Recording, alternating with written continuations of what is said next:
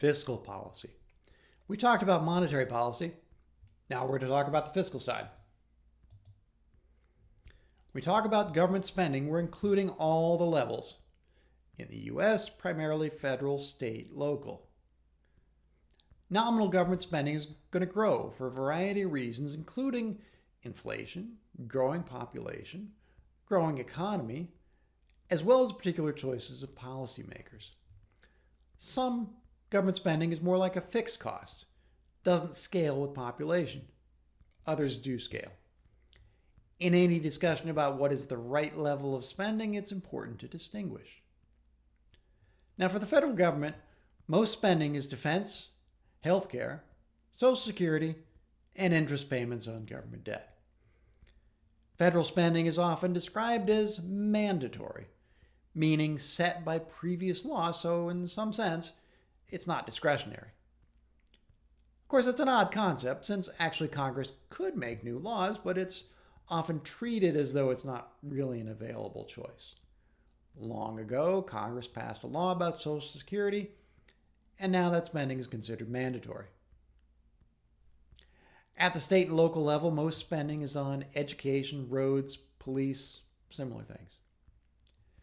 I'll note that New York is odd in so many ways, but in this particular aspect, very different from the rest of the US since New York City and New York State are not so different in size of spending. New York City's budget is almost $100 billion, and New York State's budget is maybe 3/4 larger than that, around $1.75 billion. The New York City budget is a bit larger than the budget for the entire state of Florida. In fact, the only states that have a larger budget than the city of New York are New York itself, Texas, Washington State, California. It's a biggie. Here's data on government spending over time, G as a fraction of Y. We see there's maybe some decline over time, but not much. It also tends to rise in recessions, indicated by those arrows there. But largely that's because the denominator, Y, goes down, so the total fraction tends to rise a bit. But if you believe that the two political parties in power might correlate with levels of government spending, it's tough to see any evidence for that.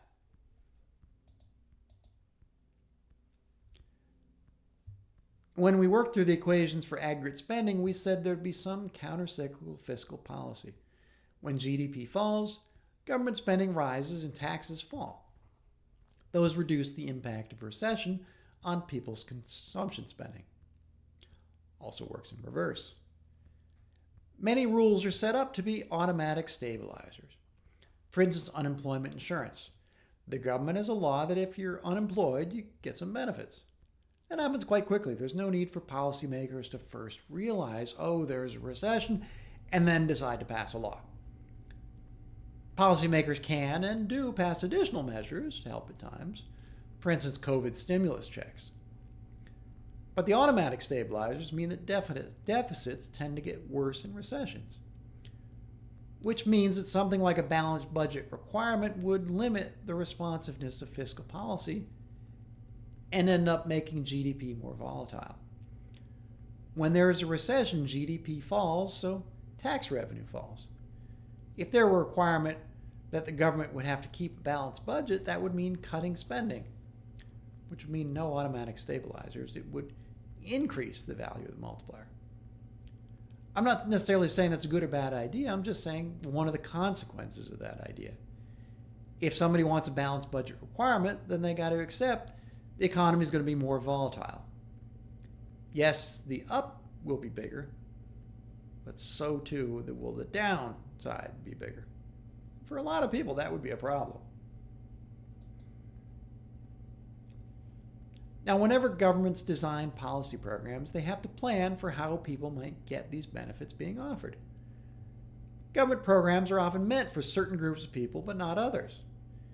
To the extent they're actually used by the right people, good, that's called the take-up rate.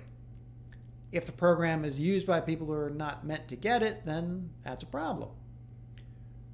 One of the usual things we see is in order to get some particular benefit, people have to apply. that inevitably lowers the take-up rate. If there are more steps in the application, then that reduces take-up rate even further. If policymakers want to increase the take-up rate to help more people get benefits, then you could think of various nudges. But many government programs actually have countering nudges. Politicians create a program, then make it so hard to use that it's almost like it doesn't exist. For instance, the Excelsior Scholarship Program. It's free college with a really big asterisk next to the word free. When we see ads from businesses, we're all used to that. Free doesn't usually mean free. Free usually comes with a really big asterisk and a whole lot of terms and conditions. But government programs might work that way too.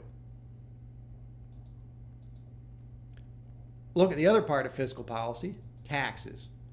These again are at federal, state, local levels.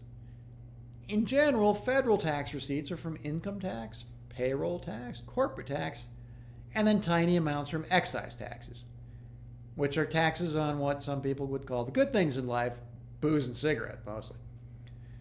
Payroll taxes are officially claimed to be split evenly, so employees pay 6.2% and employers pay 6.2%.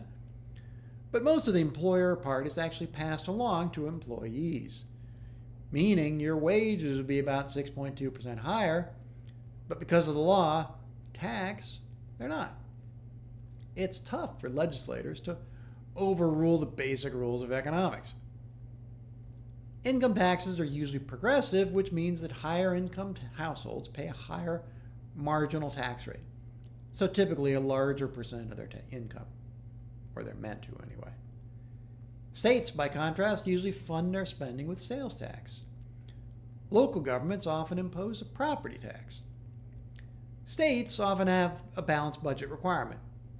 And one of the advantages of sales tax is there's less fluctuation year to year than with an income tax, because people's consumption doesn't fluctuate quite as much as their income. When governments design tax systems, they have to take account of the fact that, in general, putting a tax on a thing means people are going to do less of it. The elasticity matters. Government taxes cigarettes, but those are usually demanded quite inelastically. There's a fairy tale that the elasticity of income taxes could be large enough that lowering taxes could raise government revenue, but there's no evidence for that. The government could just as feasibly raise revenue by taxing unicorns and leprechauns. Economists often propose taxing things that are actually bad. For instance, carbon emissions, in order to slow down global warming. But that's tough politically. Looking at income taxes, a lot of folks muddle the difference between marginal tax rates and average tax rates. For instance, suppose we had a really simple tax system, so the marginal tax rate changed as people's incomes became greater than $1 million. Blessings upon those who have income more than $1 million. I'd like to be one of those. People with an income less than $1 million pay 30%, but then as their income rises above $1 million, their marginal tax rate goes to 70%. So a person with exactly $1 million of income would pay $300,000 in taxes. If they got one more dollar of income, then that marginal dollar would be taxed at 70%. They pay 70 cents more as their income went up. But that doesn't mean their average jumped. That'd be crazy.